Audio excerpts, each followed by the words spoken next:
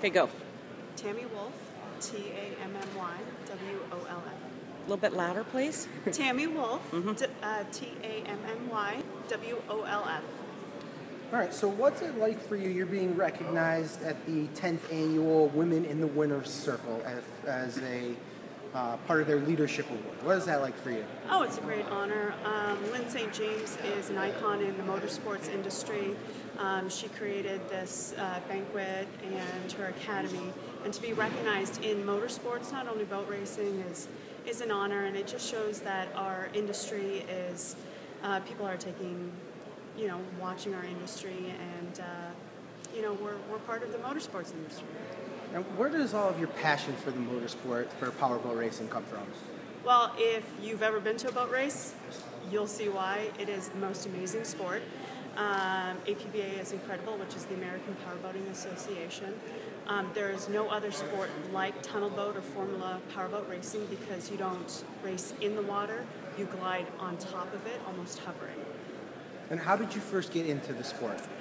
My father got me into the sport. He managed a company called Mercury Marine in Canada, and so I grew up around powerboat racing, actually the icons of powerboat racing in Canada and the USA. And throughout your racing career, what are some of your bigger accomplishments? What are you most proud of that you've been able to accomplish? Most of my accomplishments were in Formula 3.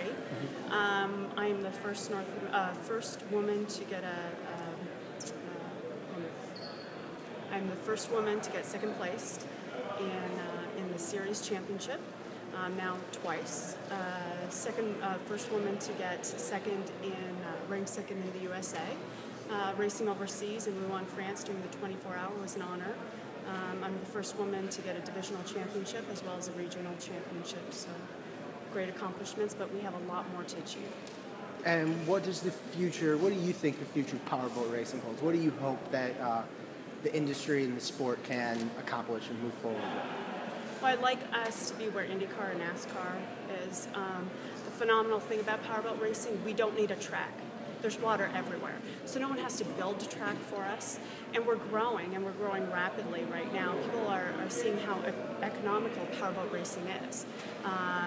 We have an array of classes, divisions, and costs for our sport. And anybody from a blue-collar person to a doctor to a self-made millionaire can get in this sport. Talk to me a little bit about your career overseas. What was 24 hours of Ronin like? It was like nothing I've ever experienced. First, we turned right instead of left. Second, I was in a Formula 2 boat instead of a Formula 3, so there was a lot more horsepower, a lot more boat behind that. It was the roughest water. It was the most exhausting race. I am a sprint driver, so I raced 20 laps, not 2 hours or 3 hours. So it was an incredible experience, and there was a lot of very inspirational women drivers that raced on my team, although less than 10% of women race powerboats. So it was iconic to meet all these wonderful women. And talk about your team. Your team was made up of all women from all over the world. So how is that, what are you trying to do? Is there a message you're trying to put together with that? That this isn't just a male-dominated sport. Women are more than capable of getting involved and participating? I would like to say yes, but I'm involved in powerboat racing because I love powerboat racing. It's not a gender thing for me. Yes, we were the first international all-female team. They took the top female pilots throughout the world.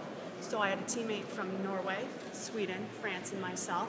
It was a huge honor to be recognized as the top female pilot in the United States. But my teammates were like me. We're not there to say that we're women that race. We are race drivers that happen to be women. And what is the future of your career hold? What are you hoping to accomplish personally? Definitely Formula 1 here in the States and then overseas. But right now, we've just got a Formula 2 program together, and we have to figure that out. Okay, and back to what was the hardest part for you about the 24-hour race? Was it turning right? Was it the length of the race? What was it that made it more difficult than what you're used to? The right-hand turns were definitely it. I really did like that horsepower and the big boat. That's why we've now jumped into a Formula 2 program. But turning right just makes your stomach queasy. It's not, 18 years of turning left, and then you just turn right, and you're just going, this is not right. This is wrong. I'm going to flip the boat, and that was the hardest thing. Okay. Okay. I'm good. Congratulations. Thank you. Mm-hmm. All right, stand by, Tammy. Stand by. I'm going to pan out a little bit here.